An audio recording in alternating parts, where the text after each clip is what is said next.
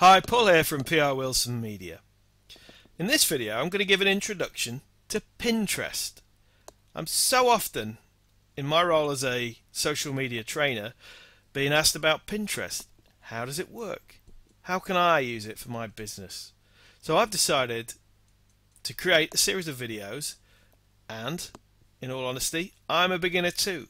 So I'm going to chart my journey. I'm going to apply the same method I use for all of my social media. A three-step approach: prepare, build and engage. So let's see how it'll work. Here we go. So here I am in my own Pinterest page. I've created an account. I've got to admit I did this some time ago and left it blank, which is against all of my own rules. So what I've got now is the picture and a description, which actually is the same one that I use on my Twitter page, because you're limited to 160 characters. Now you can see people that I'm connected with or are following me. So these are my followers currently, and I can see who I'm following. And like Twitter, you can just say follow, follow, follow, follow. So that's really the build stage. What I would start with is along the lines of the description here, the profile, is your settings. You know, make sure that your settings are properly set up. There's notifications there. Now click on my picture and I go to settings. Again, looking for what's familiar with other platforms. Really want to restrict where it benefits you, and then open up access at a later date. Now I could stop search engines looking for me. I'm happy that I've got a profile on there. It can show related pins and other activity.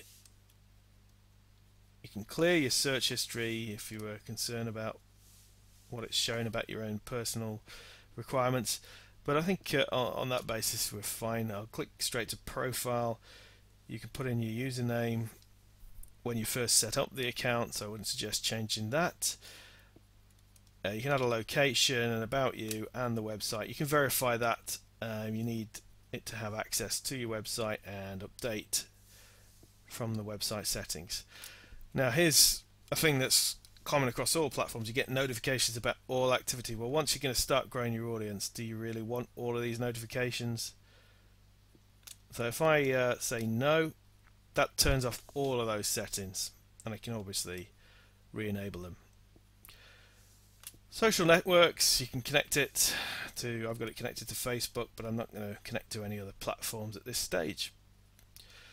So as far as I can see, ready to start. So let's go back to the Pinterest page, and just a quick word about I saw a great description, which was the idea that it's like when you've been on holiday to lots of places and you get fridge magnets and you pin them to your fridge, so you've got a little view of the world.